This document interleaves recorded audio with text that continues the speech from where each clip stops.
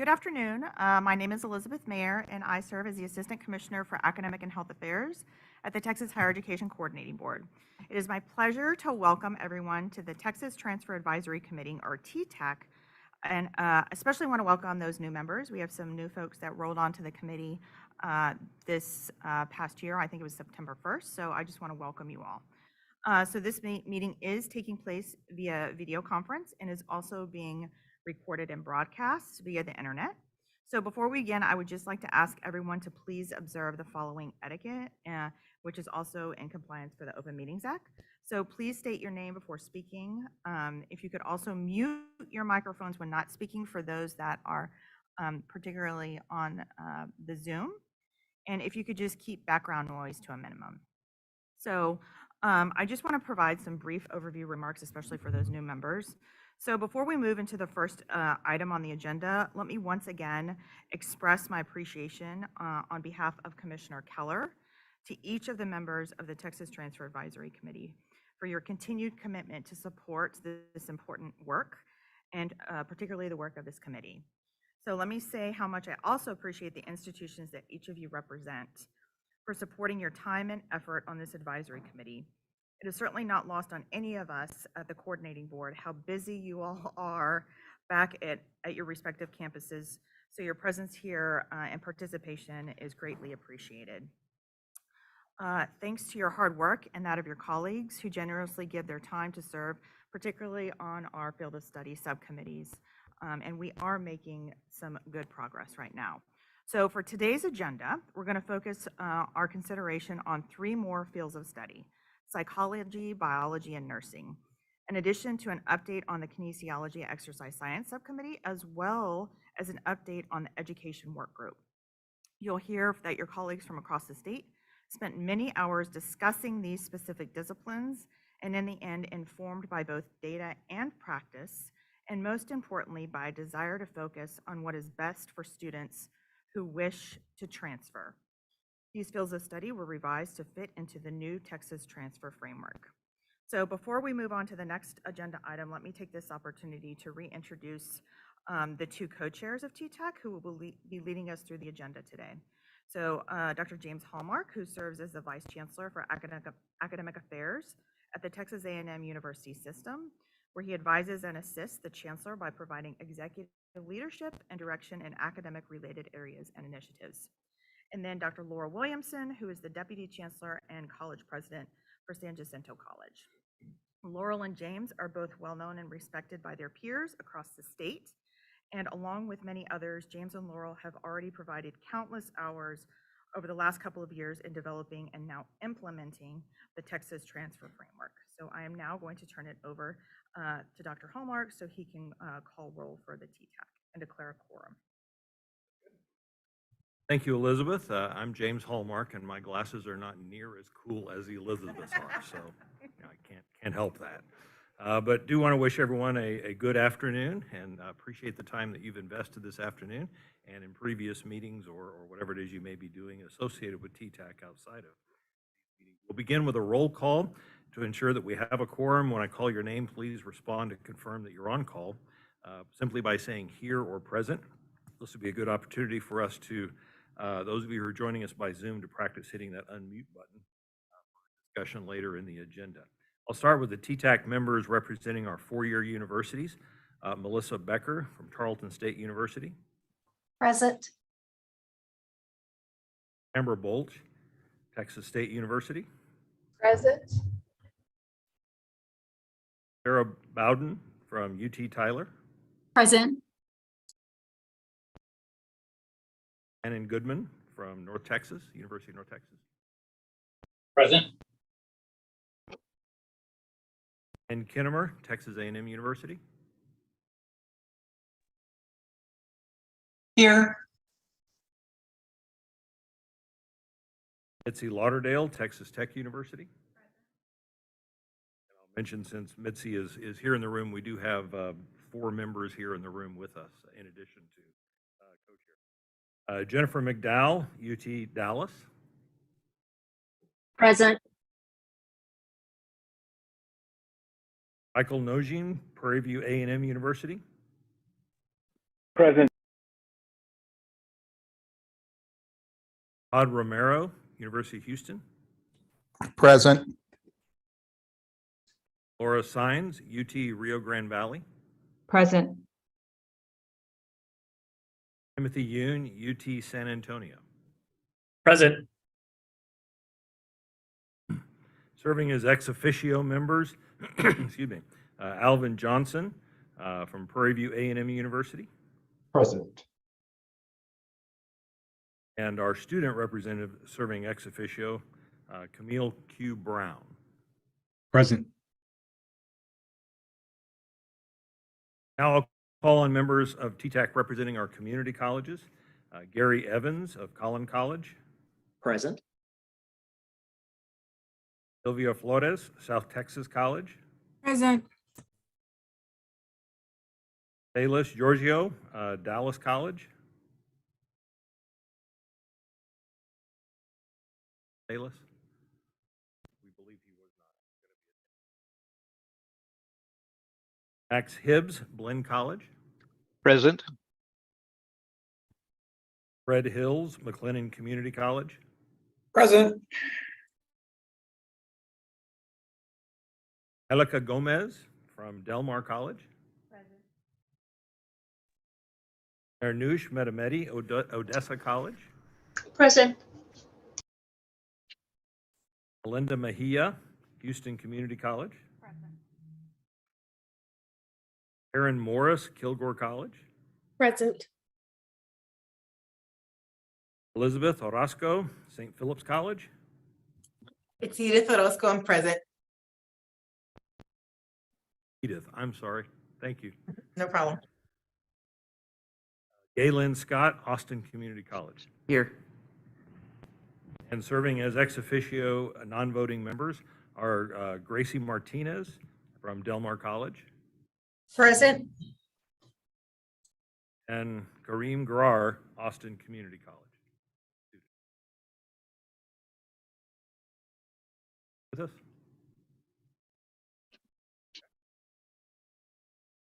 Thank you. Please record in the summary notes that we do have a quorum. Members, as Elizabeth said earlier, to ensure that we comply with open meetings requirements and to ensure that we maintain a quorum, please keep your cameras turned on for the duration of the meeting. I'd like to move to agenda item number 2, which is the adoption of the summary notes. Do I have a motion to adopt the April 13th, 2022 summary notes for the Texas Transfer Advisory Committee? So moved. Moved by Fred Hill. Second, Fred Galen Hill. Scott. Got a second? Any discussion? All in favor, say aye. Aye. Aye. Aye. Any opposed? Motion passes. Thank you very much. And I'll now turn things over to Dr. Williamson to move on to the next agenda item. Laurel? Great. Thank you, James. Good afternoon, everyone. Next on the agenda is the presentation of the recommended psychology field of study curriculum. I'm going to turn things over to Carl Robinson from Tarrant County College and James Bray from the University of Texas at San Antonio. The two TTAC members who served on the subcommittee were Fred Hills, McLennan, and Shannon Goodman, University of North Texas. Carl and James, I'll let you explain. Good afternoon, everyone. Thank you for meeting with us today. What we want to do is present a summary of the work of the subcommittee. Could you do the next slide, please? So we met May 10 and 11 of this year, and we had representatives from a number of colleges to decide which were the courses that we felt we're recommending to you for transfer. So next slide. So we had extensive discussion among the members who were on the committee and other staff, and our recommendation for the core discipline-specific core class is general psychology, which is the intro to psychology, sometimes it's called as well. Next slide. And then we recommended 3 discipline foundation courses, and there was a lot of discussion about which there should be. And after extensive review of data from multiple colleges and student enrollments and discussion among ourselves, we recommended these 3 courses: lifespan growth and development, statistical methods in psychology, and social psychology. And then we also recommended a number of directed electives, which are non-binding. And these courses, many of them could have been in the ones before. So that's abnormal psychology, biological psychology. Sometimes that's called physiological. Biological seems to be the more contemporary name. Human sexuality, adolescent, child, psychology of adjustment, psychology of personality, and academic cooperative. And each of these classes have substantial interest in number of students who take them at various universities, and there was a lot of across universities. So that's why we recommend that they be directive electives to be considered. And so this is a summary of it. Texas core curriculum, 3 semester hours, general psychology, and then 9 semester hours of foundation courses, and then the 9 directed electives.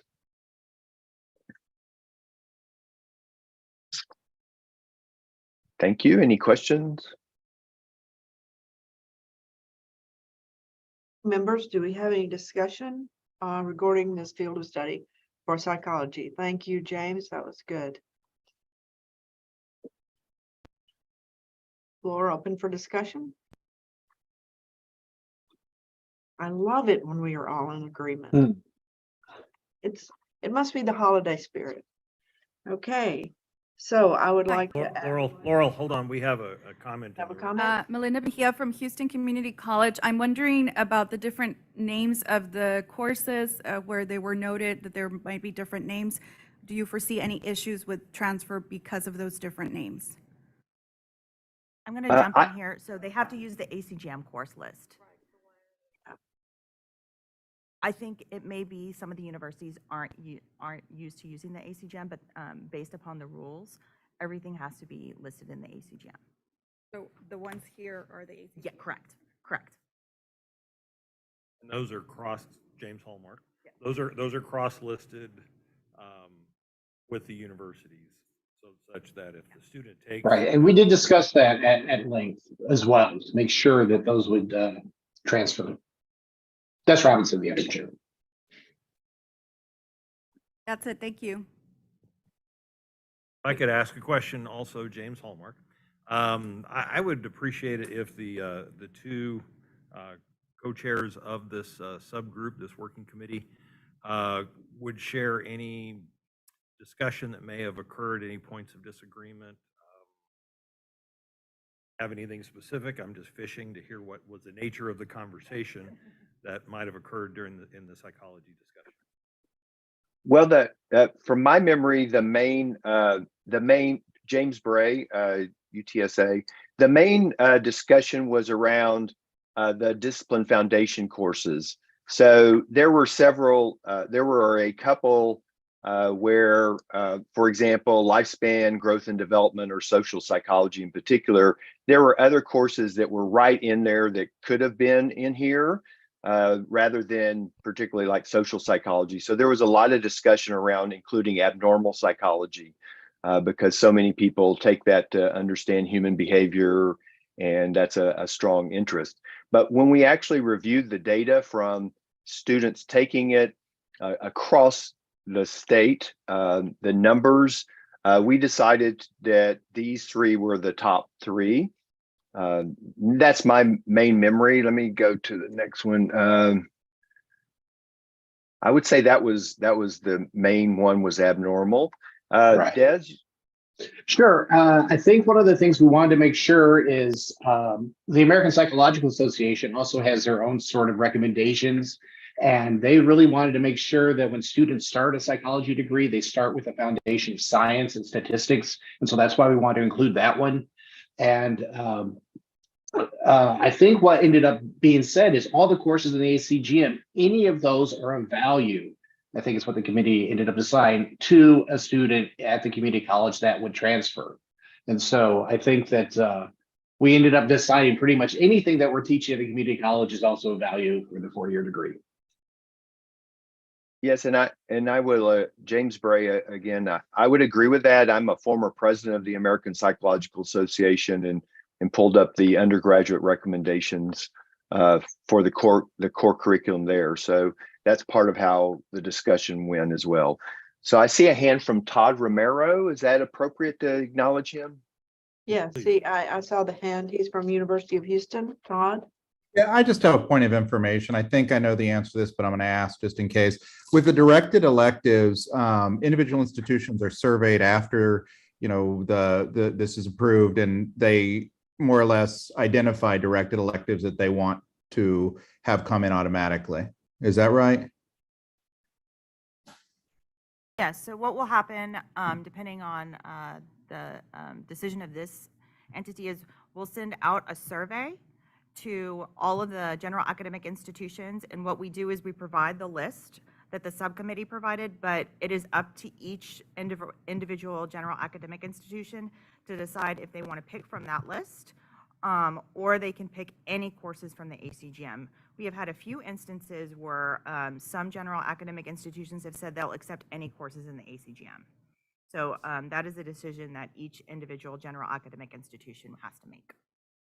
Great. Thank you so much. Any other questions? James Hallmark here. If I could add to that, correct me if I'm wrong, Elizabeth, that has to be transparent. I think that's Yes. a key component of Yes. the framework that choice that the academic institution makes. Clearly communicated. And Yes, it's supposed to, so when, after the commissioner approves it, after all the directed electives are submitted, we send a packet of material to the commissioner, including the core, discipline foundation courses and the directed electives for every single institution, and that's what's approved. And per the rules, those have to be put on our website as well as each individual institution's website. Thank you. I was going to say that the transparency comes by the posting on the website, really, and what you have in your advising materials. Any other questions or discussion? Laurel James Hallmark, if I could ask one more question. My understanding is that there were 2 dissenters in the discussion based on the vote. Not asking who they were, but what were the issues perhaps that might have led to that? Yeah, I don't recall them saying anything. I think there were a couple, I don't know, Dr. Bray, do you? I know that when we took our final vote, we did have 2 people that said no, but nobody ever come out and said, I said no, and this is why. That's what I recall. That's what I recall as well. And I think it's because they probably voted for something else to be in that discipline foundation course. They had a stronger preference for one over one of the ones that was listed. And that's my memory of it. But again, we didn't poll, why did you vote yes or no? We just took the vote. Thank you. And if I could make a comment on that as well, I think it's important for TTAC, as you're looking at this, to understand the nature of the discussion that came in. Concerns individuals might have had, even though it came to us as a recommendation. Okay, other comments, questions? All right, are we ready for a motion? Can I have a motion from the floor? This is Galen Scott. I move approval of the recommended psychology field of study curriculum. Thank you, Galen. Melissa Becker from Tarleton, second. Melissa, thank you. We have a motion second. All right, we need to do a roll call vote. Would you please be ready to unmute when your name is called? And Laurel, I have to have a motion and a second from Oh. someone from each sector. from So each- Galen made a motion from the From community community college, so I college. need a second. I'll second Fred Hills for the community college side. And do you need a motion then from the 4-year? Yes, so Okay. Melissa, I think you made the motion and then I need a second, please. Correct. I'll second for Muji Tyler. All right, we have both our motions and our seconds. Are we ready, Elizabeth? Yes, ma'am, thank you. All right, certainly. All right, please be ready to respond yes or no. Melissa Becker, Yes. Canberra Bulge, Yes. Sarah Bowden, Yes. Shannon Goodman, Yes. Ann Kennemer, Yes. Mitzi Lauderdale, Yes. Jennifer McDowell, Yes. Michael Noheen, Yes. Todd Romero, Yes. Laura Sines, Yes. Timothy Yoon, Yes.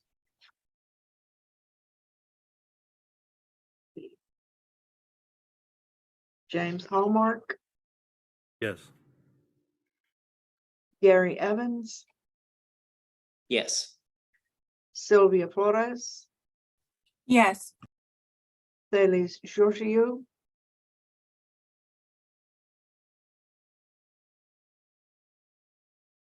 He's not here. okay, Max Hibbs, Yes. Fred Hills, Yes. Angelica Gomez Johnson, Mernous Mohamedi, Yes. Melinda Maheja,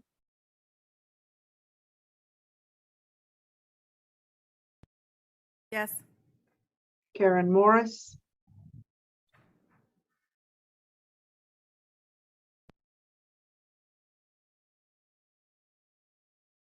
Karen Morris, Edith Orozco, Yes. Galen Scott, Yes. and I vote yes. Motion passes unanimously. No against votes. All right. I'll turn it over to James now for our next biology field of study. Thank you. Thank you, Laurel, and thank you to the folks who are working on that psychology. Yes, thank you for the psychology. That had been in the past a very lively and robust discussion. So we really appreciate you bringing this into a field of study that we got agreement on. I think it's a really good platform for transfer. Great. Thank you so much. Bye-bye. The rest of you can't leave, so take that as a cue. So the next item on the agenda is the presentation of the recommended biology field of study curriculum. I'll turn things over to Catherine Ryan from Texas A&M University and Shante Hewlett from Lone Star College. And the TTAC member who served on this subcommittee was Jennifer McDowell from UT Dallas. Catherine and Shante. Thank you. This is Catherine Ryan from Texas A&M. And if we could have the next slide. So this subcommittee met at the end of August with equal representation between 4 and 2-year institutions.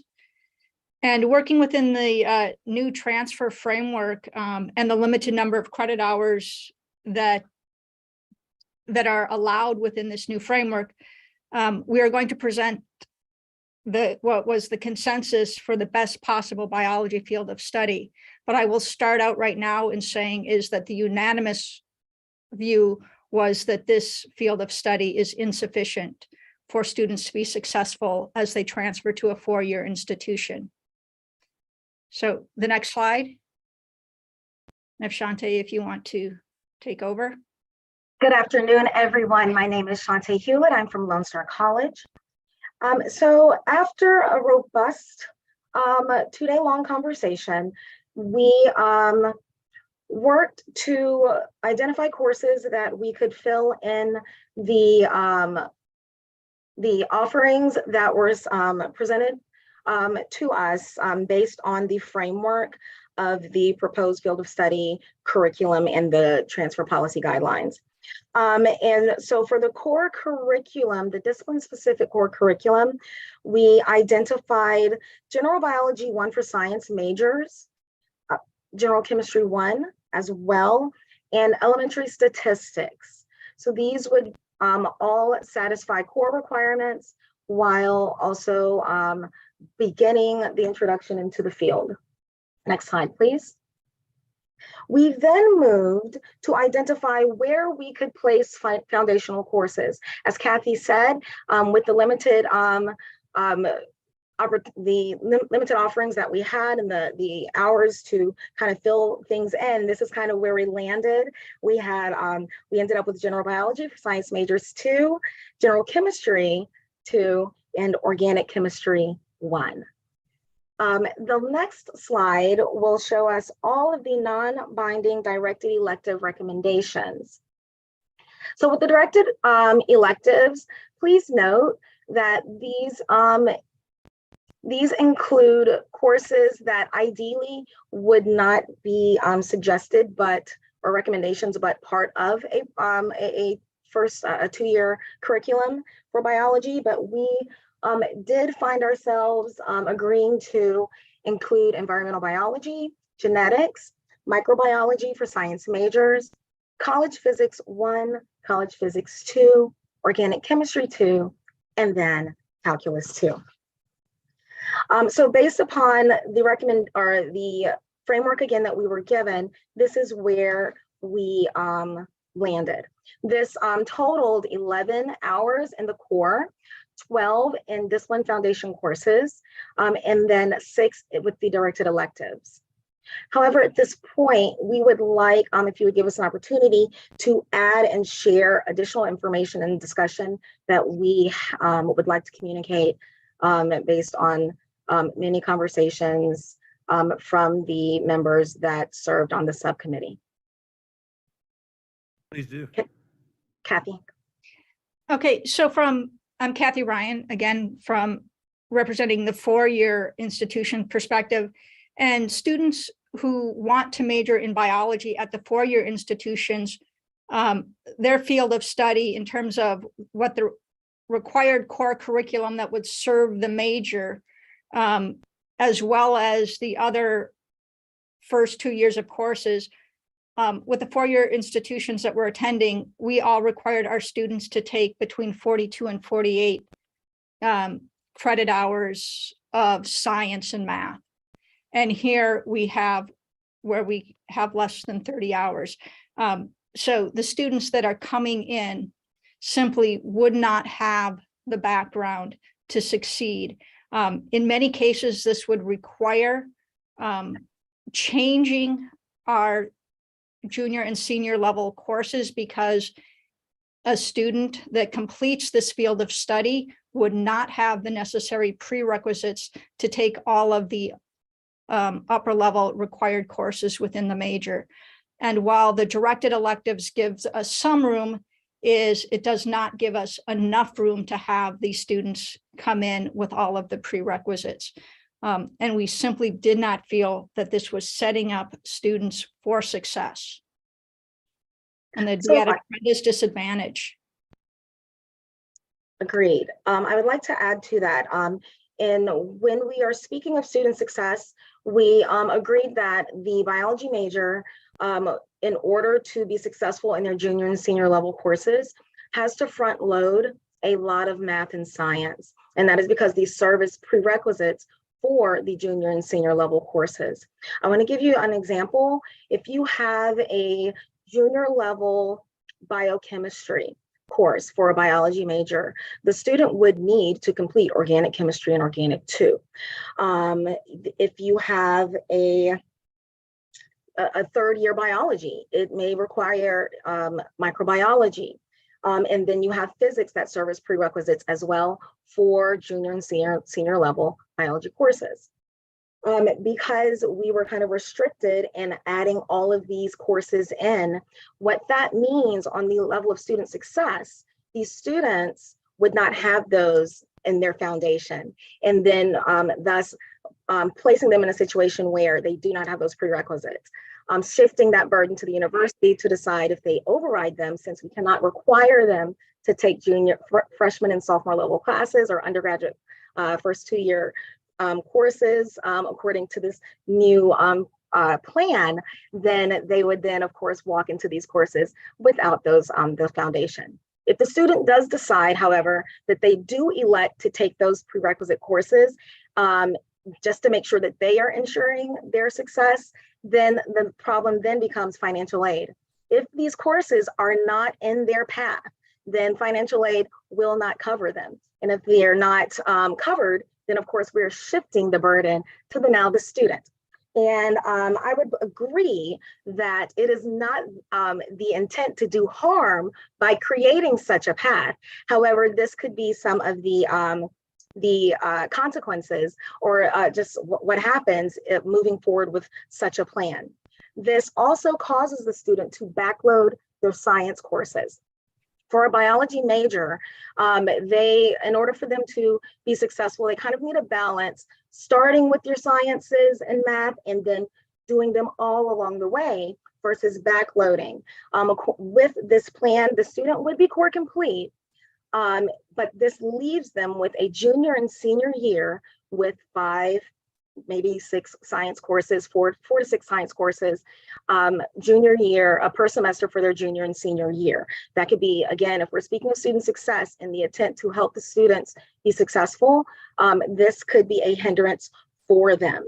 And maybe the last point is if you have many 2 years currently offer Associate of Science, AS in Biology programs, degrees. These programs have been carefully aligned and articulated with universities across the state. They have been, if you look at the Houston GPS, which you know is a guided pathway in which you have ensured transferability, which I know which is the point of this task, ensured transferability for the 2-year students to the 4-year in the Gulf Coast area, we're including UH and Texas Southern University, Prairie View, Sam Houston, Alvin Community College, San Jac. These, the AS in Bio program is the program that the universities are giving the thumbs up to and saying this is exactly how we need them to come to us. And so it would kind of make those programs obsolete and those degrees obsolete because they do not focus on core completion versus student success. So with that being said, the question is there another path, possibly a professional track, something that focuses on allowing the students to be successful versus being core complete? We do appreciate what this is doing, trying to make sure that these students are transferring, but we did find it very important that we communicated with you all the comments on and off line for many of our members regarding this charge. Did I miss anything, Kathy? I thank both of you for that, the background and insight. Let me ask a question, maybe multiple questions. So you provided the example, the Houston GPS and the, there we go, move it up. Houston GPS, and if I understood you correctly, the way you're accomplishing getting the hours that you believe the student needs to have before coming to the 4-year school is by not having them core complete. I missed you a little bit. Okay. In the Houston GPS, you mentioned that was working well, and my question then is how you got there is by not having the students core complete. Yes, therefore taking more science classes. Yes, we focused on the previous field of study approved by the coordinating board, which was a very, very good field of study. Its focus was more on making sure the students had those courses that they needed, and so the core completion was not there. And that would, go ahead, please go ahead, Catherine. Okay. So, and I will say from a 4-year institution, and as I work with students who come in that are transferring and trying to set up essentially their junior year is if they are core complete, it is very hard to find a schedule that works for them, because they have to have all that's left for them is to take sciences, and especially with lab courses is they just don't fit into a schedule. There's no break for students. And so students who come core complete, who can't fit in another communication course or another government course, they're at a tremendous disadvantage and fare worse when they get here than those that can, take only maybe 3 science courses and then fit in a core later.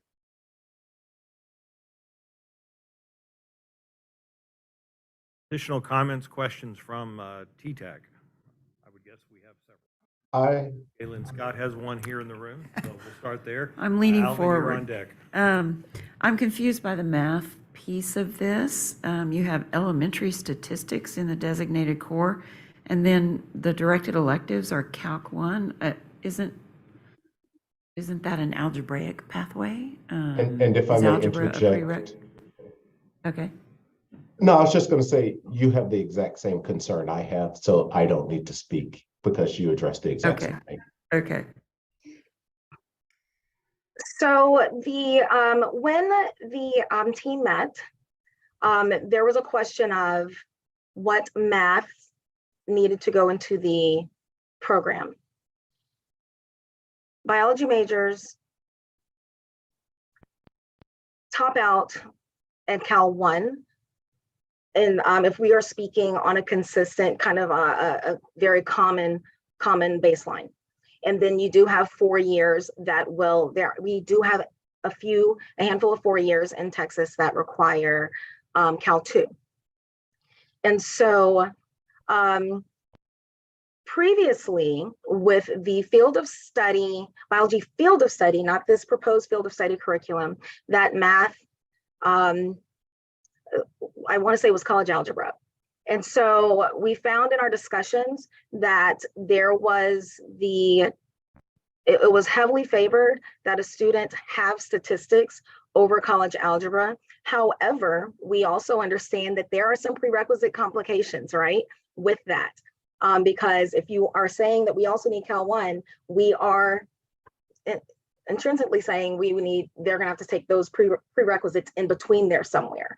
However, Cal 1 is a course that is required, and then for biology majors for their success. And then, of course, then you have the freshman level math that the committee did agree probably would be beneficial to the student. So that's where we were with that.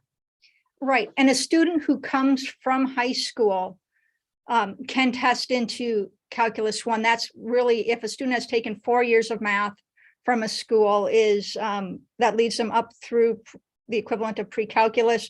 And so a student who is prepared while in high school can test directly into Calculus 1. So that's why Calculus 1 was included and is required for certain upper level biology courses. Kathy brings I'm up a very thinking good from the point, because Kathy brings up a very good point that also, because we also, realize that the first math a student takes is the math that enters the core, and the likelihood that a student coming into the 2-year institution is Calc 1 ready is very small, right? That's not at the majority of our population. And so whatever that first math is, that sits in their core. So Cal 1 could not sit in that actual math core, as that's not going to be the majority's first math. Right. I'm just thinking from the community college perspective of requiring statistics, but we're in essence, we're telling our community college students that they will have to take some other math that isn't in the degree plan and won't be covered by financial aid, to the point that was made earlier. So another piece of the puzzle that we'll have to tackle. We have 2 individuals with their hands raised. I'll go to Jennifer McDowell, who is the TTAC representative who helped us with this committee. Thank you. I would first like to applaud Kathy and Shantae's presentation of the TTAC faculty biology meeting. That is extremely accurate. I would like to add that for all committee members, that the faculty, biology faculty across state definitely shared their distraughtness over the student success issue. And I think this is something that our committee really needs to take into consideration. And then additionally, I would like to ask a question in regards to process for our TTAC faculty subcommittees. My question is there a time limit for our faculty subcommittees to meet in regards to their ability to suggest to our committee that the field of study not be pursued? Because I think this was pretty important in this discussion. To my knowledge, there's not a time limit, and in fact, I've had some discussion with Elizabeth and Laurel. We had some discussion, I should say, that if something is not ready, we should not pass it. I think Jennifer, though, you're also asking a broader question, is that maybe we would work on a particular discipline and find that there isn't a solution there.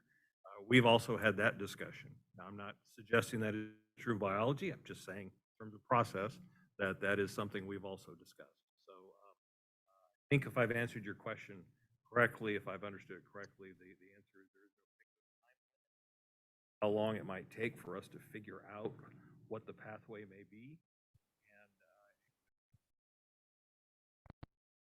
I'm sorry, we're losing volume. I can't hear some of you. Okay. Just to summarize what I just said, is that there is no time limit. So we would take however long it takes, and it is possible that on some disciplines we will not find a path that really works well for the students. Thank you. The other individual that had their hand up is Shannon Goodman. Would you take it away, Shannon? Thank you, James. Actually, a little bit of a repeat than what Jennifer said and what's been presented. First of all, I would like to also congratulate the team of trying to work within the confines of the field of study as the parameters provide. But as I think it was Catherine said earlier, as noted, kind of falls short. And I would agree. I think it's a little bit like trying to fit me in a pair of skinny jeans. Just doesn't quite work. And so I do like the concept in the sense that, because I think there are examples currently out there. Now, maybe we will get to those through this process and change those as those come up. But there are current examples, and I believe some colleges have associates, and I think it was mentioned before, the AS degrees that in some of these fields that actually are core incomplete. They're not full core, but because the field of study is so large. And what we want is we want success. We want these transfer students to do as well as our native students would, and that's in those prerequisite courses. That's in the all of the professional programs and things they'll enter the careers, etc. So I won't give the laundry list that you all already know, but I would just certainly from the University of North Texas perspective, this is problematic as it sits, and would certainly like us to find us perhaps a solution, because again, the intent of all of this is to improve transferability and success, and I think this particular, as it sits today, threatens that. Thank you, Shannon. I want to go to Timothy Yoon. Hi, everyone. So I just also wanted to kind of talk a little bit more about that, where we do have some programs where we are dependent on having, core courses in the last 2 years.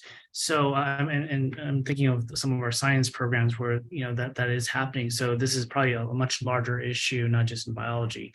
So if there was maybe an alternative to the current framework or another pathway or different framework for these kinds of fields, I think that would really be good. So, if there was a way we could maybe table this, the discussion of this or the approval of this biology field of study first while we investigate those alternatives, that would be great. Timothy, we had a statement in the chat, and Elizabeth's going to read that. It's from Fred. Hi. Fred says, so the current biology field of study has 24 hours of discipline-specific courses. What also complicated this is all the courses are 4-hour credits, and I would agree with that. I think that did complicate it, the fact that you have 4 hours for each of those. Galen Scott. I was just going to build on these comments. I mean, there are several fields of study, legacy fields of study, that allow for awarding an associate degree when you're not core complete. And I don't know what the new Texas transfer framework, does it accommodate that, or do we have to shoehorn the idea of core? the framework was to not have those excessive amounts of hours. Okay. So to have the core and then have those 18 hours. Okay, Because so, I think it was problematic for a lot of institutions to have such large fields of study and to have a standardization about what that looked like. And I'll ask James Okay. or Laurel to jump in just based upon some of those discussions we had in developing the framework. Laurel, do you have a comment on that? Well, in other, not that I would want to say that Texas should follow other states that we've looked at when we were in the advisory committee, the preliminary group. There are states that do have what they call various things, but an upside down degree where the associate degree is not core complete, that core completion occurs after transfer at the university. So it's kind of what Galen said. What is our option if that was the preferred degree structure and not this very traditional core complete in the first 2 years? I don't think that poses any danger for the student, because you do get some core, say that it would be, say, Comp 1, because writing, occurs in all disciplines, but you don't have to complete the core before transfer, but you do receive the associate degree. And that seems like that structure lends itself to this biology field of study perfectly. But again, back to what Galen said, I don't know what our latitude is in approving that in a statewide transfer structure. What my science faculty, I would like I'm sorry, to add. what my science faculty have told me. Hang on, Shante, hang on. We'll take the comment from Galen and then back to. And then I'll turn off my mic, I promise. What my science faculty have told me for years is that they, when students transfer very intentionally, engineering, heavy-duty science, the core is scattered throughout 4 years. And that's the only way for those students to succeed. And that's what they've valued about these legacy fields of study. So it is a challenge. All right, I'll be quiet. I would like to add. Thank you. We're being quiet, but thank you. Shante, your turn. Thank you. I would like to add that the some of the associate of science biology degrees that are offered for at the 2-year institutions, they were drafted and paired with the Texas tuning agreement. Now, the Texas tuning agreements, if they have now gone away, then I guess that kind of cuts the legs. I was informed that the Texas tuning agreements were no more. But the tuning agreements did allow to align the students with what they would need to be successful in the field, and also earn their associates and not have to worry about being core complete in addition to, being completing their science and math courses. And so if it's something like that a lot of our 2 institutions already have on the books, maybe we can kind of use some of those examples as a framework if we were allowed to move forward. Can I also That's add? Fred who has his hand up. Okay, go ahead, Catherine. Go ahead. Okay, as far as the core complete is, many of our students who start at 4-year institutions do in fact over the summers go back to their local community colleges and take their non-science core. And that's how many of the students complete that. And again, from the 4-year perspective and even the 2 years, there would have been much higher buy-in if we could have included more courses, more science courses, in what was required for these students. No one was saying that they didn't want Physics 1 and Physics 2 to transfer from community colleges to 4-year. No one was saying they didn't want Organic 2. It's not that the 4 years don't want to see the students coming in with lots of credits from the community colleges. It's just that they have to be these foundational science courses in order to succeed at the upper levels. Fred? Well, first of all, having been on the original committee, I don't think we talked about this. I mean, I don't think our goal was to try to make sure that we lined up the best we could with the standard 2-year transfer. I think it's time to address this because this is only the first of the sciences. Chemistry is going to be the same way. Physics is going to be the same way. Engineering is definitely going to be the same way going forward. So I look at Elizabeth. I think now's the time for the TTAC is from the evolving role. Is this a time to say, where do we look at that? Can we actually go for a course, which parameters we put in place for those particular core areas that can't be core complete?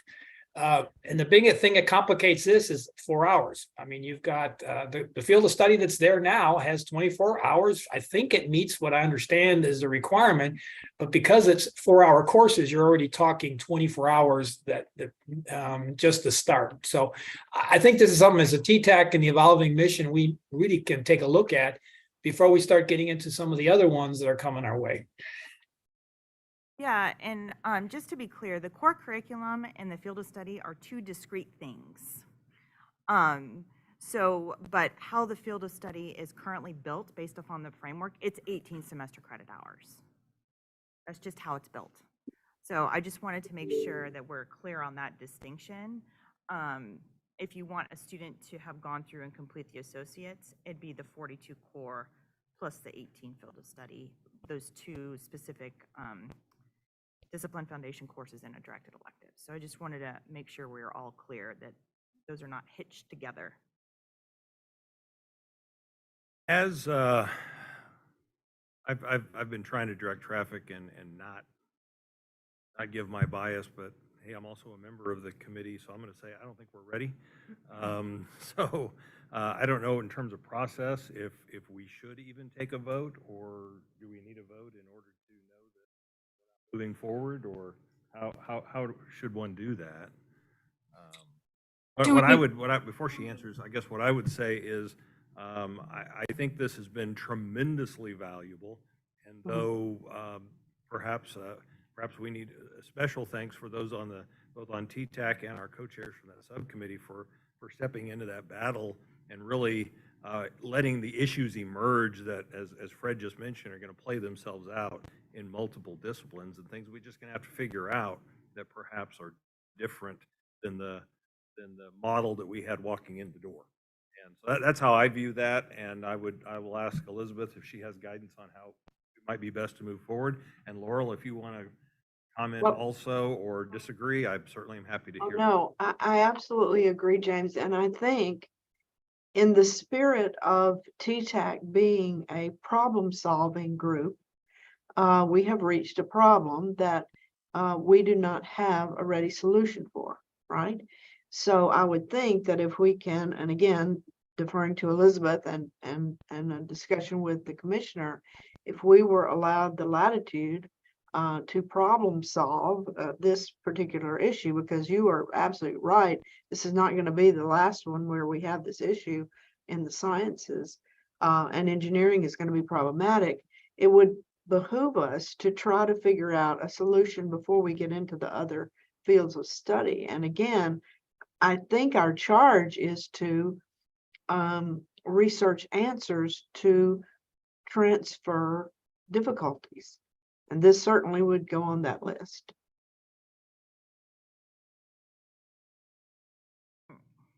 So I think we would just like direction about how you want to proceed, because I think the discussion, there's friction here, right? Based upon the framework in this discipline. So what is the direction that you want to move forward with? Do you want the subcommittee to reconvene? Do you want coordinating board staff to see what's possible? But based upon the framework, we have the 18 hours. So trying to figure out what's going to work within the framework, I think we would just ask for some direction, and then we can vote on whatever that recommendation is. But I just, based upon the discussion, how would you all like to move forward, given the challenges with biology? I'd recommend, that we have that we not engage the subcommittee, but rather thank them and let them know that we're taking this under consideration for how we might be able to move forward more effectively in helping students in these discipline. But what I would recommend is a small working group that would be a subset of this group.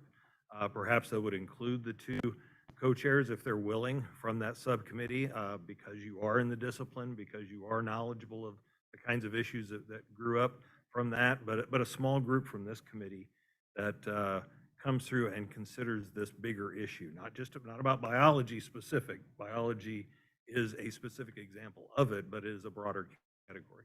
That'd be my suggestion.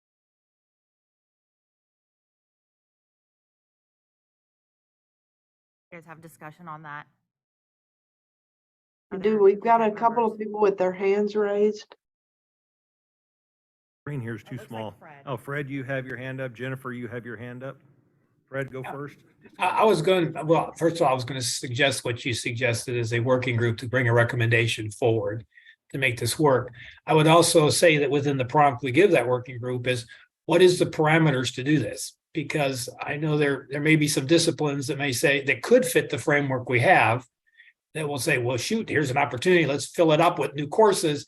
I think we need to say is in what particular case, as we come up with a new a model for this particular situation, the sciences and engineering, what is the parameters that would apply? That's all. Jennifer? Thank you. It's Jennifer McDowell from UTD. I was going to motion for a working group to review the parameters for our possibly science field of studies categories, to review a possible revision to the parameters, and a motion to table biology field of study at this time. There is a motion, and I think really there's two motions. One being to create this working group, second to table biology at this time. Can I second both? Let's spread the wealth around. All right, I'll second the first one. This is Shannon Goodman. I'll second the second. Okay, I have to have, because of how our rules are, I have to have a motion from the community colleges and a second from a community college, and then same for the universities. I motion. Sylvia Flores. Okay, let's break them up. First of all, let's start with tabling biology. Okay, I think that probably. Start there first. Okay, so is there a motion to table biology? So Edith moved, Galen Orozco. Scott. Okay, and I'll second. Edith Orozco from Community College. All right, from the community college, do we have the same from the four-year university? Mitzi Lauderdale from 4 years. Mitzi from Texas Tech. Motions? Jennifer Is there a McDowell second? from UTD. Excellent. Can we do a voice vote, or do I have to read the whole list? Everybody turn your mics on right now so that we can just go through them quickly. Oh, sorry. No one in my entire life has ever accused me of being too quiet. All right, I've got to read the list, so let me find the list. Here it is. Melissa Becker, Yes. Tamara Bulch, Yes. Sarah Bowden, Yes. Shannon Goodman, Yes. Ann Kinnemer, Yes. Mitzi Lauderdale, Yes. Jennifer McDowell, Yes. Michael Noem, Yes. Todd Romero, Yes. Laura Sines, Yes. Timothy Yoon, Yes. James Hallmark also says yes. Gary Evans, Yes. Sylvia Flores, Yes. Max Hibbs, Yes. Fred Hills, Yes. Angelica Gomez, Yes. Marnoush Motamedi, Yes. Linda Mejia, Yes. Karen Morris, Yes. Edith Orozco, Yes. Yes. Galen Scott, Yes. Lauren Williamson. Yes. So with that, we have a unanimous decision to table biology until such time we have additional guidance move forward. The second motion was the working group established to look at these degree programs, these disciplines, zip codes, perhaps is the language? Okay. It has to be by zip code if I recall. Look at these that may need some kind of, I don't know what the language would be, some kind of alternative framework. There you go. Alternative framework. Jennifer, you're the one that mentioned that first. Are we still on the same page with that? Can we include Yes, music? sir. Sorry. Can we include music in this too? Because we have the same issues. I just don't want it to be overlooked. Actually, Sylvia, I thought the same thing when Jennifer mentioned it, is that music has got the same problem and there may be some other disciplines. Jennifer, you comment on this? Can I say, I agree, I don't want to overlook music, and yes, that's an issue, but I'm thinking, let's try to narrow our focus to the sciences, and then whatever the plan we come up, the structure that will emerge from that, then we can place that on other disciplines to replicate whatever our solution turns out to be. Because otherwise we're just, in my mind, I'm thinking we'll have so many groups working and this discipline will pop up and this one over here. But if we can figure it out for the sciences, that is a lot of degrees right there within the sciences that we will have some answers for. And then we can, again, apply that to other disciplines as they come forward.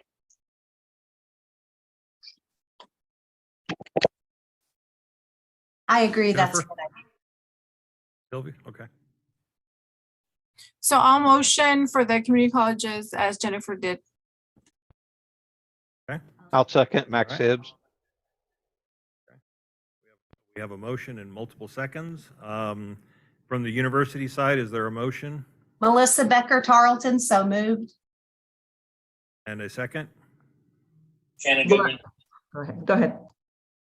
Shannon has got a second. Shannon Goodman's a second. So I will again read all the names. Please indicate yes or no. Melissa Becker, Yes. Tamara Bulch, Yes. Sarah Bowden, Yes. Shannon Goodman, Yes. Ann Kinnemer, Yes. Mitzi Lauderdale, Yes. Jennifer McDowell, Yes. Michael Noahim, I'm Michael Nugent, and I'm a yes. I apologize, Michael. Todd Romero, Yes. Laura Sines, Yes. Timothy Yoon, Yes. James Hallmark says yes. Gary Evans, Yes. Sylvia Flores, Yes. Max Hibbs, Yes. Fred Hills, Yes. Angelica Gomez, Yes. Marnoush Motamedi, Yes. Melinda Mejia, Yes. Karen Morris, Yes. Edith Orozco, Yes. Galen Scott, Yes. Laura Williamson. Yes. Unanimous. Now, how do we form this working group? Might I suggest, in the interest of time, being at B 205, that if you have special interest, for you to notify me, Laurel, and/or Elizabeth. Today is Wednesday, I'd say this week. Please do so ASAP if you have special interest. And through our infinite wisdom, and mystic insight also, the two co-chairs and the coordinating board will work on putting together a small working group. How's that sound? Perfect. I don't have to do a roll call vote to do that. No. do I? Okay, good. I understand. I got one of those too. Are there any concluding comments regarding biology? And I will say again, reiterate that I thank you for the work that you did on this, because this is really important. It's not a failure. It is a important discussion as to how we move forward. Any concluding comments on biology? Very good. I'll turn it over to Laurel for nursing. Thank you. Bye. Thank you.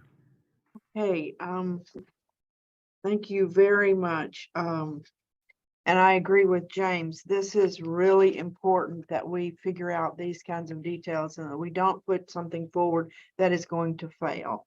Or make people uncomfortable and not want to use the field of study. So thank you to the committee. All right, on the next, we have nursing field of study. I'm going to turn things over to Heather McKnight from Texas A&M Texarkana and Jose Jalorando from Tarrant County Community College. The two TTAC members who served on this subcommittee were Edith Orozco from St. Philip's and Michael Notame from Prairie A&M University. Thank you, Laurel. On behalf of myself and Jose and the rest of our 26 other members of our committee, thank you for allowing us the opportunity to review this field of study. But also thank you to our coordinating board facilitators, Carl, Elizabeth, Dr. Goman, and of course, Christina, the administrative assistant, who was also instrumental in our success on this subcommittee. So thank you all for this. We met on October 12th through 13th. And again, there were 28 of us total, 50-50 representation from community colleges as well as four-year universities. Next slide. So we ran into a similar issue with the 4-hour science courses, because as most know, nursing is a mix of science and liberal arts disciplines. So we worked the best we could with our 4-hour science courses to make it fit with the needs of our students to set them up for success.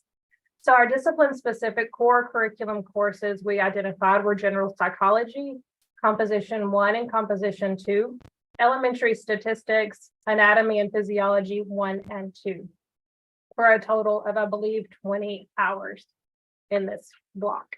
Next slide. Discipline foundation courses is where we decided to put those outlined 4 semester credit hour classes that we really need to set our students up for success with not only their licensure exam, but furthering their career in the profession of nursing.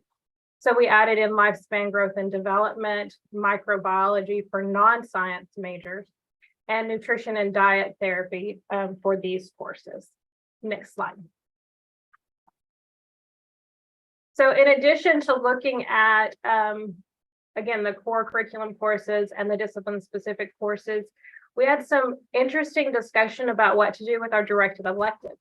As you can imagine, and as every one of you is experiencing in the state of Texas, our communities look significantly different. Here in Northeast Texas, it's fairly rural, so we have a lot of rural healthcare needs. But when you get into our Austin partners, it's very much urban, so their needs look different than ours. So the students that we're putting out in these areas also needing just a little bit different education. So with the directed electives, we landed on technical and business writing, because again, furthering your education, there's some nuances within the profession on how to write, but also introduction to chemistry, which I'll come back to in a moment. But we added in minority studies and American minority studies, again, to bring in these elements of our diverse culture and our diverse regions so that we can prepare a well-rounded, practice-ready graduate. Chemistry was probably our liveliest discussion, which was a shock to me in my 12 years in education in Texas. This actually was the most positive experience I've had with so many nurses in one room. But chemistry, we could not agree upon. There is division amongst us as to whether chemistry is required for a successful nurse. So we decided directed elective, and we would let each individual college decide if they felt that was the best need for their student. So it's living in the directed elective for those decisions there. Next slide, please. So where we landed on the total field of study recommendation is 20 hours in the core curriculum, 10 hours of discipline foundation courses, and then 6 in the directed electives. Our committee, I really think, worked fairly efficient. We bounced back and forth between community college and four-year university conversations. It was a robust discussion, but very directed and driven. And we came to what we feel is the best field of study curriculum with the parameters we were given that will set up every one of our students for success. And Jose is available to answer questions.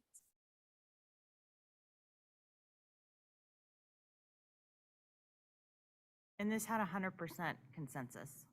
Yes, it was 100% affirmative, but. Okay. Any comments from Jose? This is Galen Laurel. I have a question about Humanities 2319. Does our data show that most community colleges offer that course? So I don't have the data. Go ahead, Jose. I was going to say, we did review the data when we were reviewing which courses to add. I believe a majority of the colleges did have it. As far as for an exact number, I don't remember. It's from October. Okay, thanks. Any other questions, comments?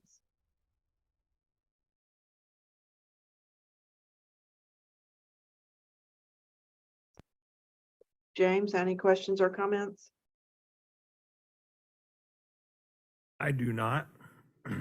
This is Galen. She has one more. Sorry. In our core curriculum, Comp 1 and Comp 2 and technical and business writing are all options in the communication section of the core. So I don't know if that's true across the state. I just find it interesting that you put in Comp 1 and Comp 2 in one section and technical writing in a different section. Most of our students wouldn't take all 3 classes. It's just an observation, not a question. And then the technical writing being in the non-binding Right, elective right. category, So, which matters in terms of how the advising goes. yeah. Thank you. Other questions, comments? So I can speak to that particular aspect. There's a little division as well as to which one better prepares the nurse for their practice setting. And having experienced both sides of that as a community college and a four-year university, I as well am split. It depends on the avenue that the nurse is going to take. If they're going to go into straight acute care practice settings, Comp 1 and Comp 2 are adequate. If they're going to walk into a public health sector or into an advanced writing or an advanced degree program, the technical writing gives them a little more depth than Comp 1 and Comp 2 do.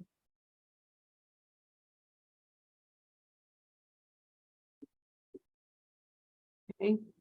That sounds like a very good advising question. Other comments or questions? All right, can I have a motion from the university sector? And We have a hand up? Oh, I'm sorry, Camille, yes. Hi, yes, just Maybe out of curiosity, a clarifying question. I was wondering whether someone could speak to maybe just the high level overview of the differences between SOC 2319 and Humanities 2319. And I see one specifies American Minority Studies. So I'm wondering if SOC then has maybe more of a global and international component to it. I can speak to HUMA 2319 and a little bit in terms of the difference. I'm the program coordinator in humanities at Houston Community College, and the way we approach sort of how do we not repeat the same sort of stuff that is going on in the one course or the other, and also based on the catalog and Texas state description, the humanities course takes history, sociology, as well as humanistic products like art, literature, music, and that's part of the minority studies course in the humanities, whereas sociology would do, again, the sociology perspective alone. And I think that goes back to, again, an advising conversation, depending on where you plan to practice nursing and what your environment is, and where, both in terms of geography, but also the clinical setting. Thank you for the question. Anything else? I don't see any more hands up.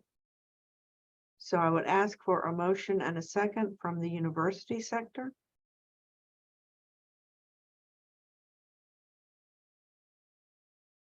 Michael Nojame from the university sector. I motion. Melissa Becker Tarleton, second. Thank you, Michael Nojame, Melissa Becker. All right, do I have a motion and a second from the community college sector? So move, South Texas College, Sylvia Flores. Thank you, Sylvia. Second. Fred Hills, MCC. Thank you, Fred. All right. Think we are ready for a vote. I will do the roll call. Melissa Becker, Yes. Canberra Bulge, Yes. Sarah Bowden, Yes. Shannon Goodman, Yes. Ann Kennemer, Yes. Mitzi Lauderdale, Yes. Jennifer McDowell, Yes. Michael Nojame, Yes. Melinda Maheja, Yes. Karen Morris. No, I saw Karen. Karen Morris? Yes, thank you. Edith Orozco, Yes. Galen Scott, Yes. and I vote yes. I'm sorry, I didn't hear my name. Laurel, I think Fine. you skipped several names. Let me see. Well, I have to see. I'm turned to the wrong page. All right, Todd Romero, Yes. Laura Sines, Yes. Timothy Yoon, Yes. James Yes. Hallmark. All right, Gary Evans. Yes. Sylvia Flores, Yes. Max Hibbs, Yes. Fred Hills, Yes. Angelica Gomez Johnson, Yes. Marnoush Motamati, Yes. Melinda Maheja. I think I got those, Yes. the last group there. Karen Morris, Edith, Galen, and Laurel, all yes in the first group. Sorry for separating them. All right, we have a unanimous yes, no vote. All right.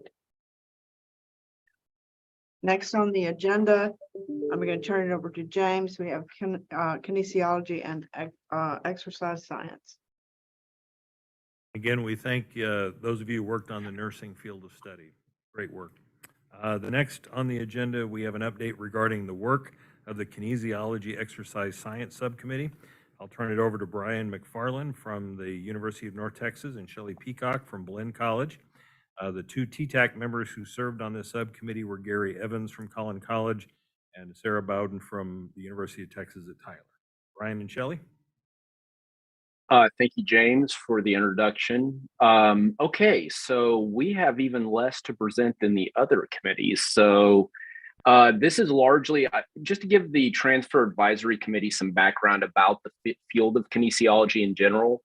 The field of kinesiology has a lot of different areas. It's a very diverse area. So sometimes you'll see within the field of kinesiology emphasis in psychology, sports psychology, exercise physiology, which is really similar to biological sciences. You will see pedagogy, you will see sport management, recreation. You'll see a lot of different flavors of kinesiology. And the way that those are handled at the four-year schools currently is most universities in Texas use the kinesiology SIP code, and then they have anywhere from 3 to 5 tracks under that degree that are actually almost like completely different degrees. And the reason I wanted to bring that kind of background up about the four-year schools is because it does play into what our troubles were as a committee. Namely, the fact that the ACGM and the course offerings that are available at the two-year schools do not match what the four-year schools degrees have evolved into. So what exists at the two-year schools currently, and I'll let Shelley comment on this as well, because this is her area of expertise, but it was my feeling based on the conversation in the committee and looking at what is available in the ACGM, which is what we have to use for the field of study. It represents courses that are very consistent with a traditional PE physical education pedagogy training. Although that's what that degree represents, the majority of four-year schools, that's not what students are pursuing.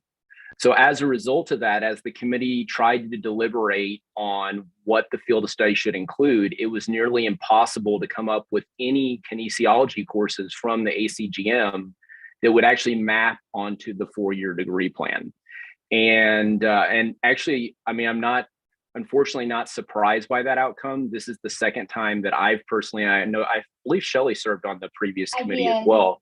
Yeah, so we've both been on these committees. This is our second experience on the field of study for kinesiology, and I think we ended up in nearly the same outcome we did the last time, that there needs to be some work done to revise the ACGM, to revise what courses are available at the two-year school, and really do that by purposefully looking at the four-year degree offerings and figuring out what courses we could add to the ACGM to revise that two-year degree experience to create an experience that can better map to a field of study with a modernized four-year kinesiology degree.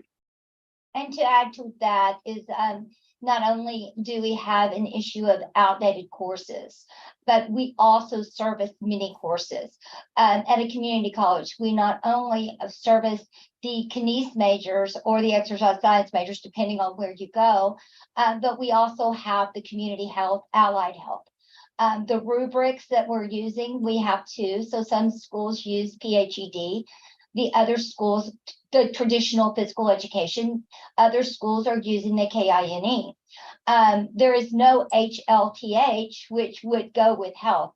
So when you're asking us what we do at a community college, we do a little bit of everything.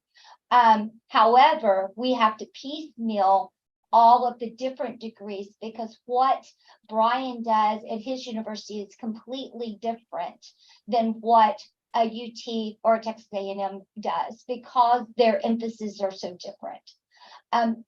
What we have asked is two things. We first need to look and query what the degrees look like and categorize the degrees. And the second one is to have a conversation how the ACGM and the community colleges can best support the four-year schools. I think that would be better than trying to put something together that is a square peg in a round hole. It's just not going to work. We're too diverse.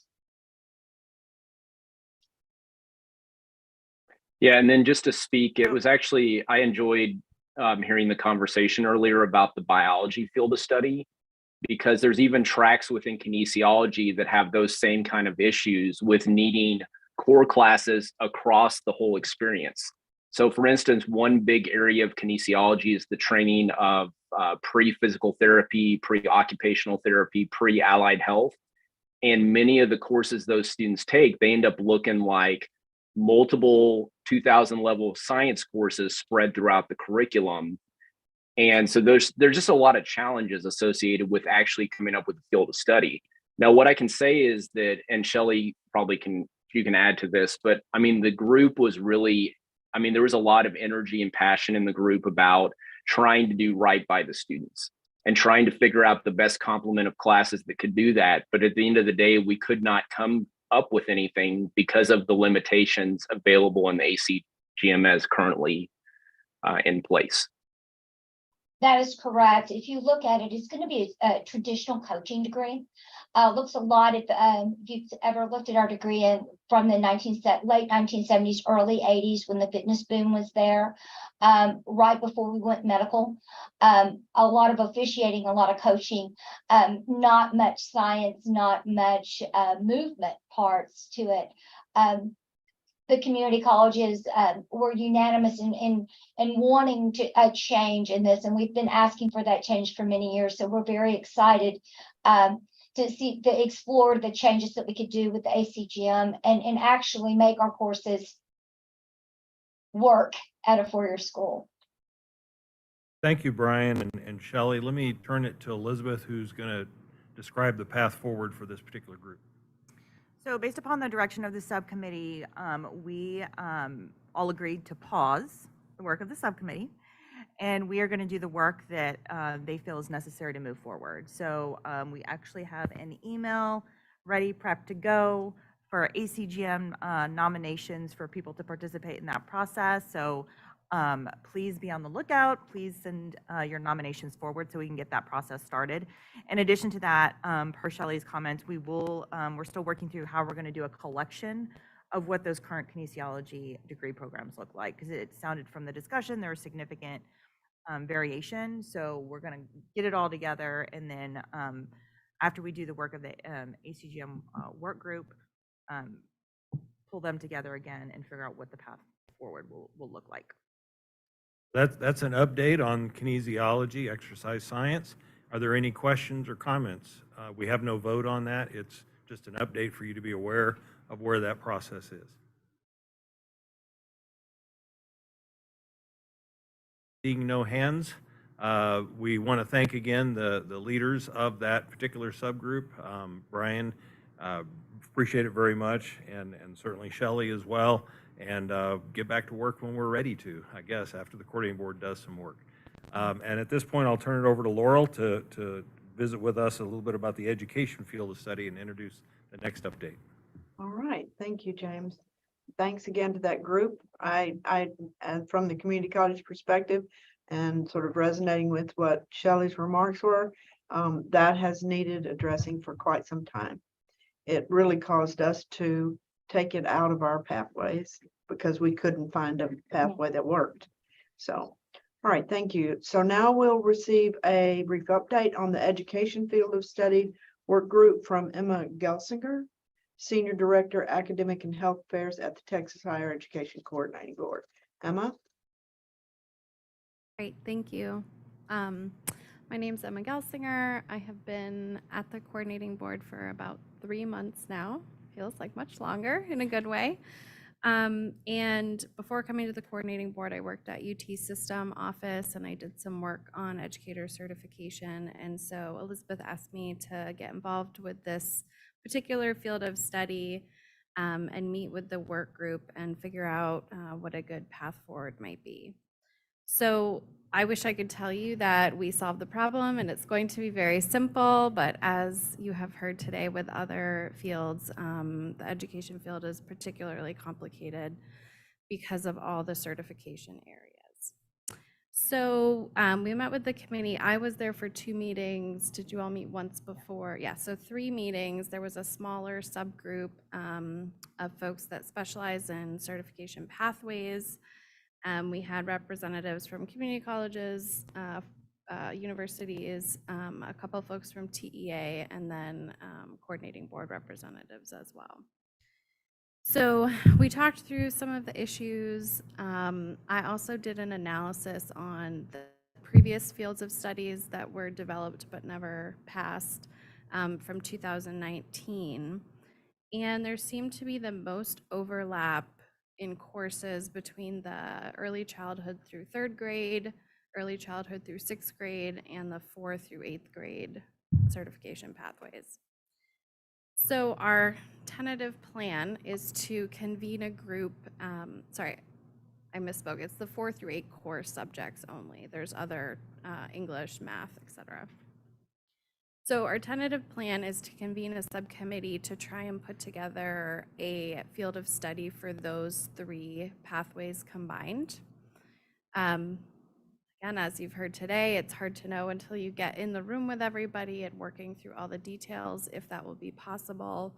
But again, based on the existing courses from proposed fields of study, it seems like that might be one option. So we anticipate other subcommittees related to education, but this is the first step for us. So I'm happy to answer questions. I'm just going to add one thing. This is also another email that is queued up in terms of nominations. So we want to continue this work, and we're being respectful of the academic calendar. So you will likely be getting these 2 in the next few weeks, but recognizing the break for most folks, we'll give you guys probably till mid-January. So there's adequate time for you all to submit those nominations. But stay tuned because those should be coming out as well. All right. Questions, comments? All right. Again, thank you, Emma, and thanks to the work of that group. Turn it over to James.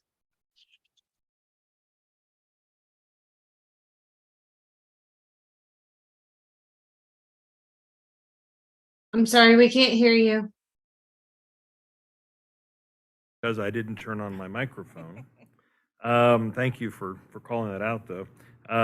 But yeah, we're a little bit behind, but we still want to have some discussion on the next item on the agenda having to do with accountability for institutions that are not following what are the agreed upon, adopted, implemented field of study.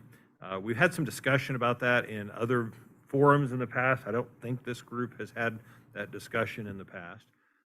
But we wanted to have some discussion about it in terms of the accountability. There are steps within the process that were adopted, established by the coordinating board, whereby if a university sees a field of study, just using that as an example, university sees a field of study by which they believe that is problematic for their students, particular focus of the discipline, that they are pursuing at their degree, whatever the rationale might be, that's based on good data, good theory, not just we don't want to, but rather some very good information on what they are specifically doing at that university and why that field of study does not particularly meet their students' needs as they're matriculating into that program. There's a process that we included in this framework whereby the university can then file that with the coordinating board. Ultimately, the commissioner has the right of agreement or not with that particular variance. But we put that in there specifically because we believe it's important that we actually follow the field of study. Once they're adopted, once we have this very messy process of going through and figuring out what is functioning, what is not, once we've done all that, then it is incumbent upon us to follow it. And if there's a specific reason why we cannot or should not be following it, then there's a process by which we follow to have that kind of variance. I think today's discussion about biology, about kinesiology, really speaks to the credibility of the process of when there is a problem, we are, as Laurel said earlier, problem solving. And we want that to be the pathway as opposed to we'll just pass it, implement it, and then we ignore it. And so I would be open to any discussion that members of TTAC would have regarding accountability, thoughts, approaches, what might be a good idea in terms of pursuing accountability for the coordinating board as we look at institutions that perhaps are choosing, perhaps intentionally choosing not to follow the field of study that's been adopted. Comments?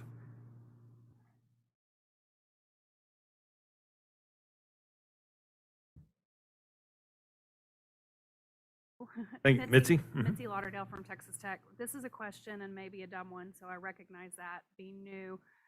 How will this be transcripted in a way that we feel comfortable providing this accountability?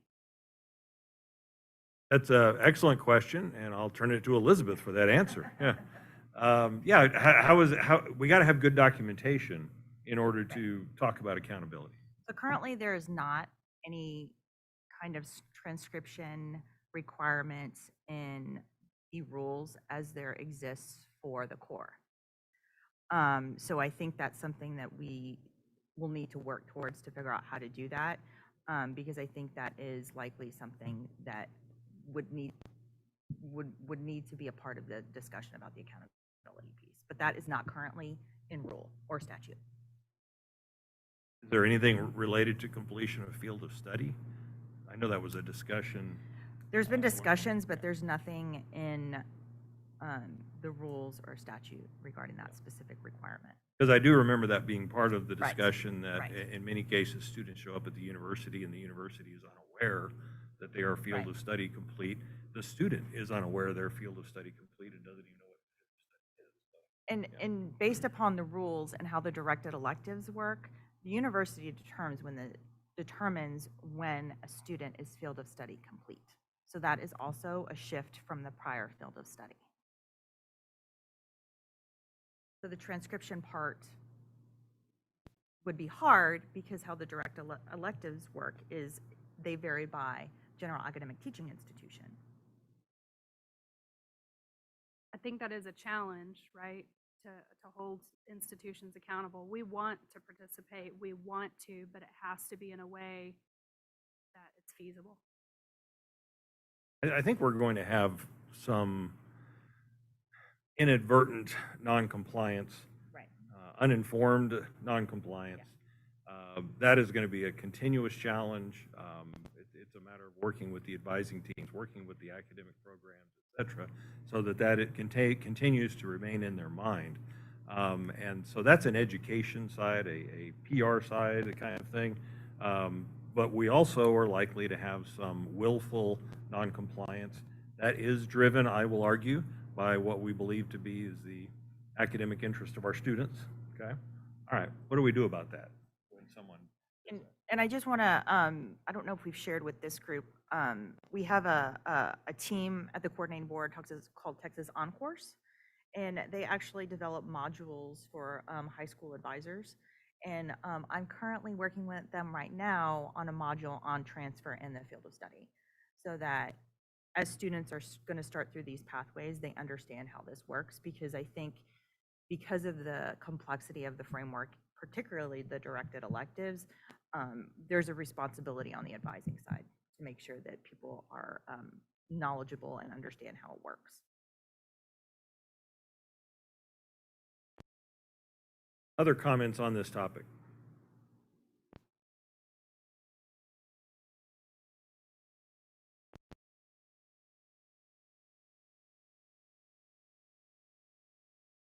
Thought there might be more discussion on this one.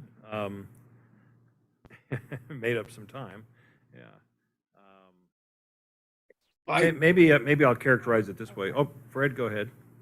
I don't know if I have a specific recommendation, but the essential aspect is very important for this process to work. From a community college perspective, we're telling students, here's an opportunity to get through the process. And we've got the courses, we get them along, and then they hit the 4-year and all of a sudden they hit a wall. And I know that this effort is to bring that wall down, make more people successful. There's a lot of good interest, but we need to make sure that the process is in place. And so when there isn't goodwill, I mean, all of us here are here because we have an interest in this, but when there isn't that goodwill, that there is some way to bring that to the attention and have some sort of I don't know if a hammer is the right word, but something to make sure it does go through. And you know, it does fit into the carrot and stick kind of conversation. And I don't know what we have the capacity or willingness to do in a carrot or stick situation. But we wanted to bring it up to this group and begin to at least formulate our thinking and put it on your mind. Not that we have a solution for today or would expect that a solution would come out today. but the discussion needs to begin. Thought needs to begin in terms of what is the accountability for following the field of studies that have been adopted. And I think you mentioned, Elizabeth, the fact, part of the thing that came out of our working group was to fix the transcription piece so that it's very clear. That was one of the concerns of the 4 years, that they didn't know when it was a field of study, when it was a transfer. So I assume that work's going on. That would help at least start the process, making sure that when the 4 year gets it, they know it is a field of study going forward. You have a hand raised. We have a hand, okay. This is Todd Romero from the University of Houston. A colleague from Lone Star, when we talked earlier, mentioned Houston GPS, and I were sort of talking about carrots and sticks. One of the things that's been useful at Houston GPS is providing a space for some of the discussions between the 2 years and the 4 years. So before we get to carrots and or at least before we get to sticks, providing an opportunity in different places in the state. And I don't know what happens outside of my little corner of the Gulf Coast, but that's been useful in a variety of different ways. I know for some of our sciences, I know there's been discussions between the 2 years and the 4 years about what topics need to be covered so students are prepared.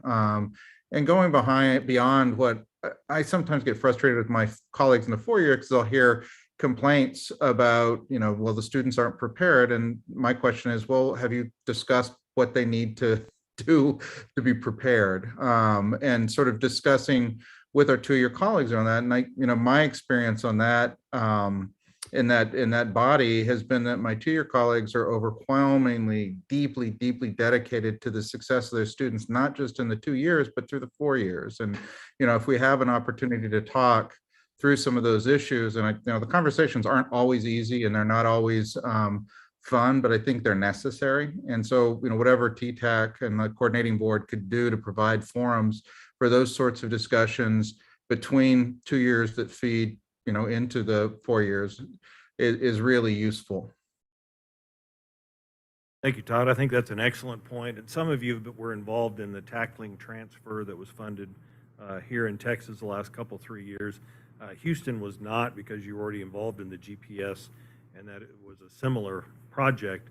But really, so much of that was about conversations, about getting the faculty together across community colleges and 4 year universities, particularly in a region, and figuring out some of those things and restoring some relationships that perhaps were not as close as they needed to be in order to keep the alignments in good shape.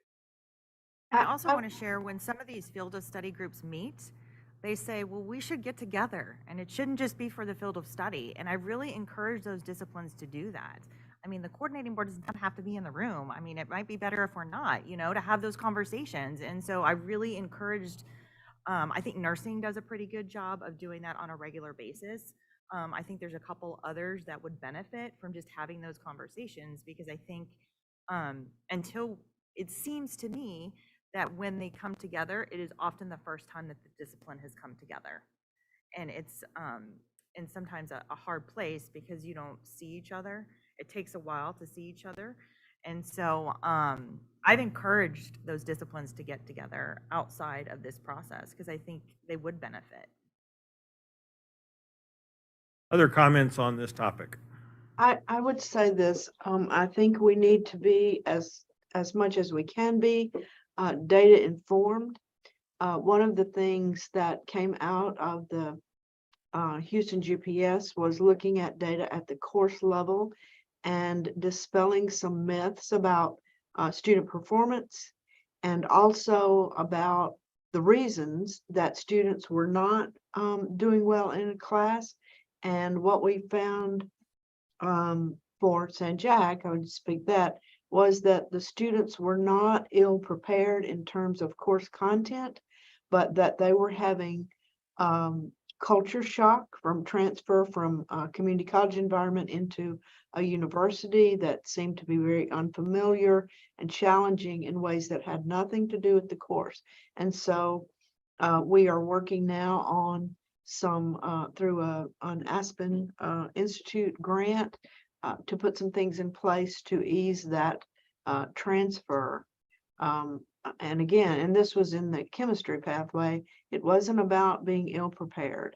It was really about going from a 24-person chemistry class into a 500-person chemistry class.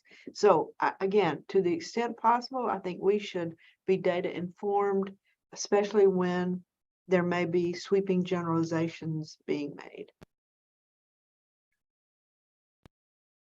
You have a I hand believe up. we have a hand up. Michael? Yes, thank you. Mike Nojam, Purview. I confess my ignorance on this, but how do you measure accountability in this? And because she mentioned data, and that's where my mind went to. Measuring accountability requires data. And then would how that measure is conducted inform whether or not there are sanctions or there are positive reinforcements for promoting more accountability? I think, I don't know what the answer to that is, and I think that's part of the challenge, is that we don't know what the answer to that is. But that is what we've got to start wrestling with. You know, we know the anecdotes. We know students who are taking excess hours, although we don't know the source of that really. You know, we can narrow things down, but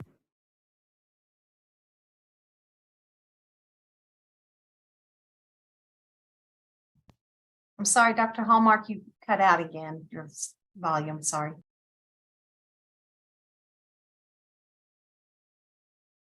We're not reading you.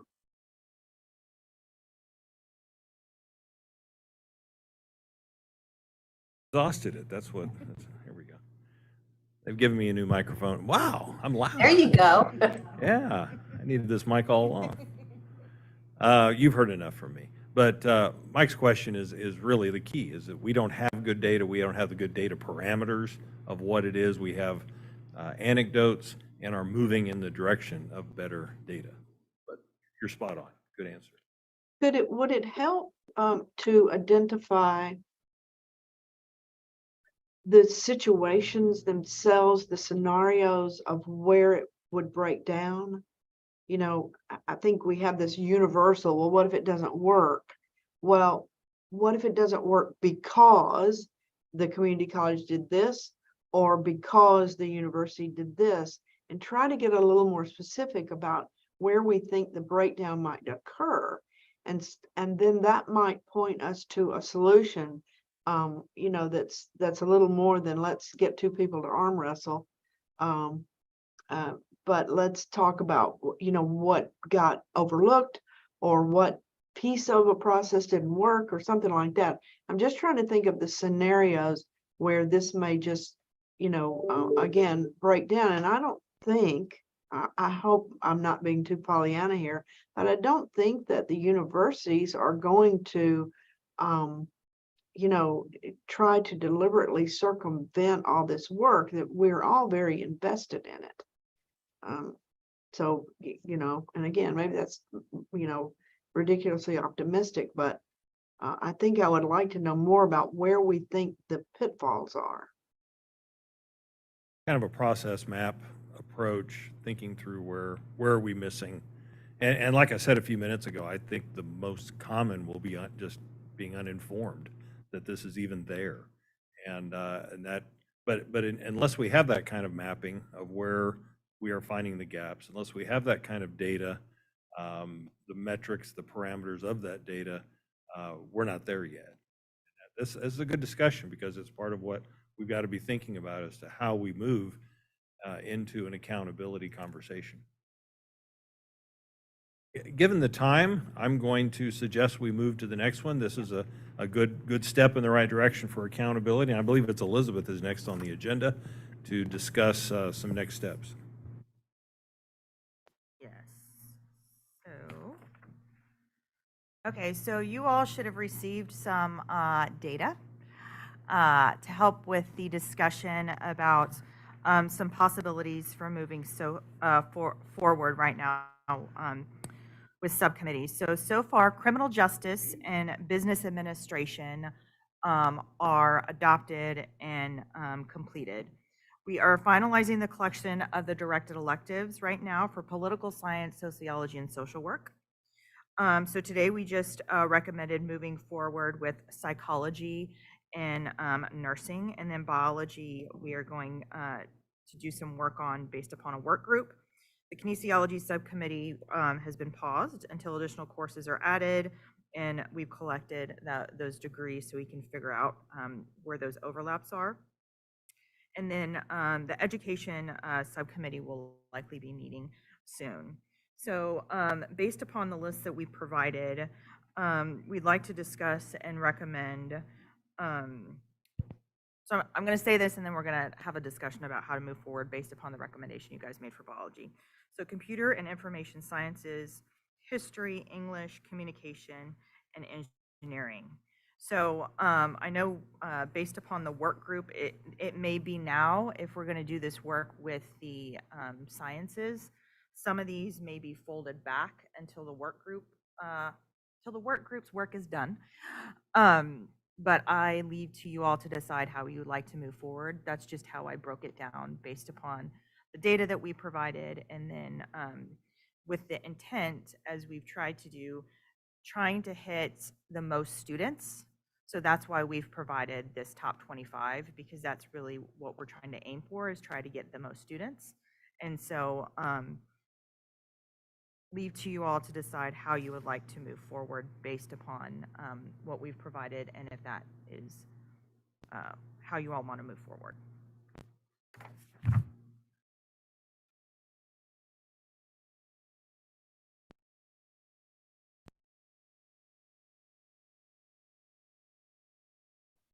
Since it's based on enrollment and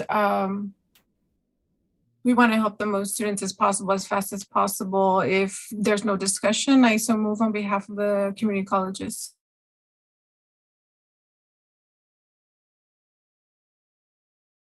I second Edith Orozco.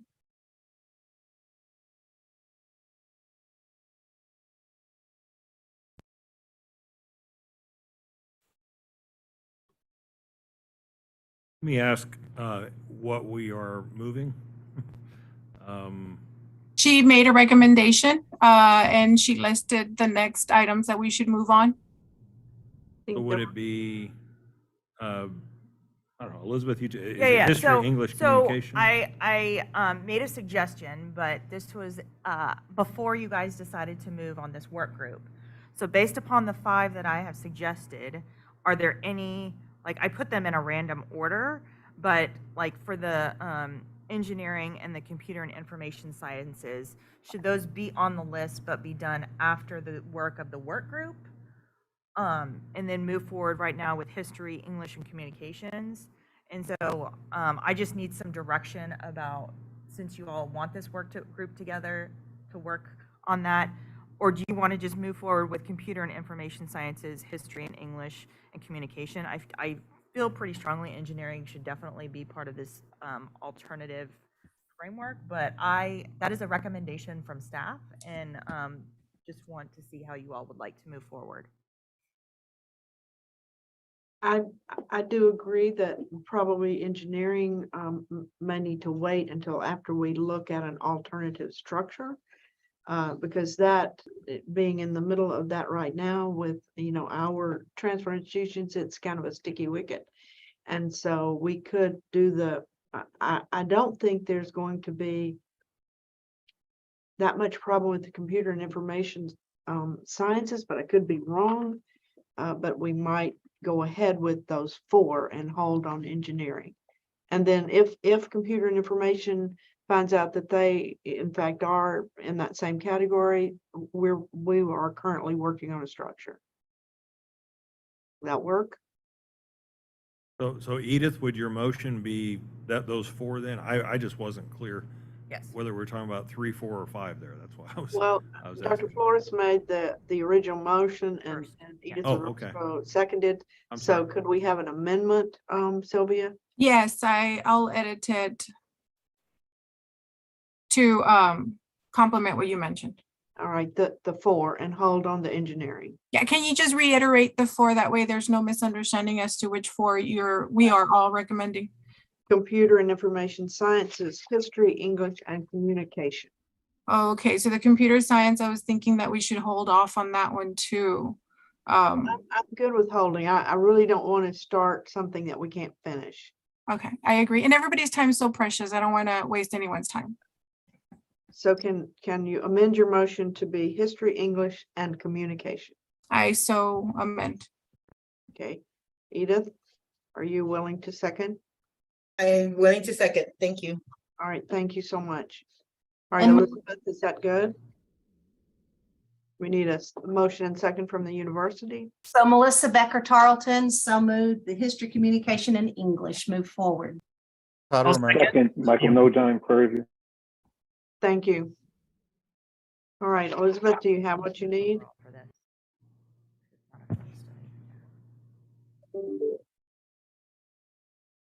Shall we vote?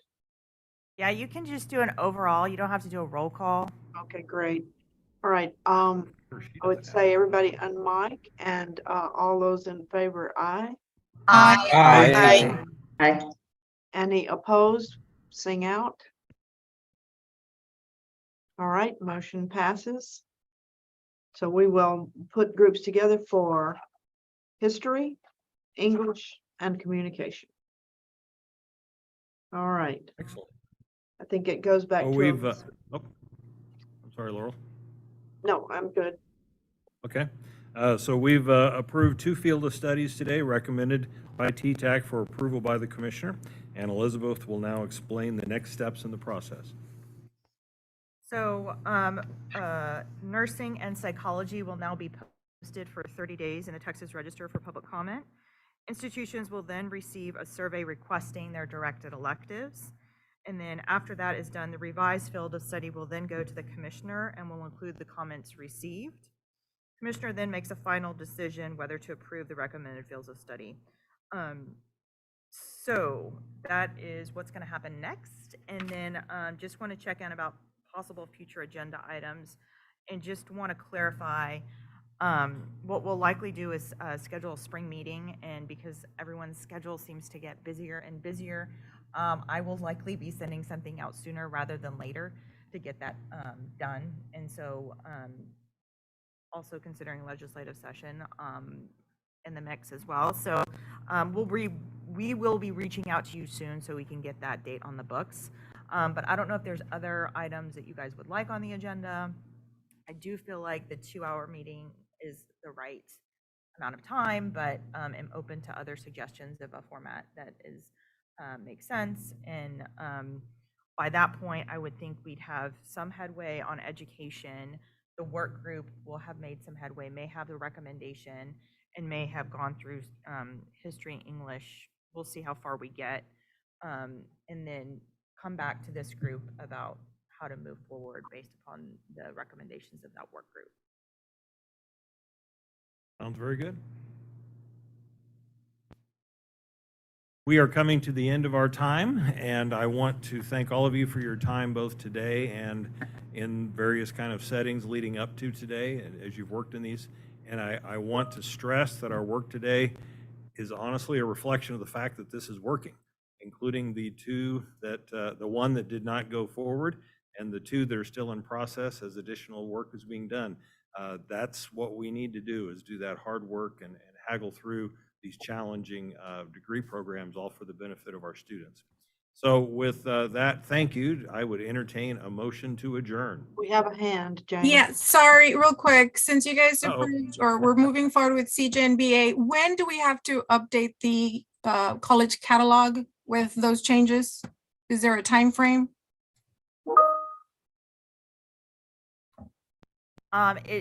Nothing gets changed until it's formally approved by the commissioner. Okay, okay. And then after that, do you know how long the college will have to make changes? I don't think that's specified in rule. Okay. I appreciate it, thanks. Well, that what a great comment about not specified in rule and that question from Sylvia. Maybe that timeline is one of the accountability measures, right? You need to make those changes on your website, in your college catalog, in a formal, public, transparent way. And if a university does not, then questions can ensue. But that might be part of what we think about the accountability and the teeth in what we're doing. Thank you, Laura. I would entertain a motion to adjourn. I so move Sylvia Flores. Thank you, Sylvia. Is there a second? We have a second, and from Angelica, and I bet it's unanimous. All in favor, say aye. Aye. Aye. All right. Aye, Thank aye, you all. aye. Hope you have a wonderful holiday season. Thank you. Thank you all.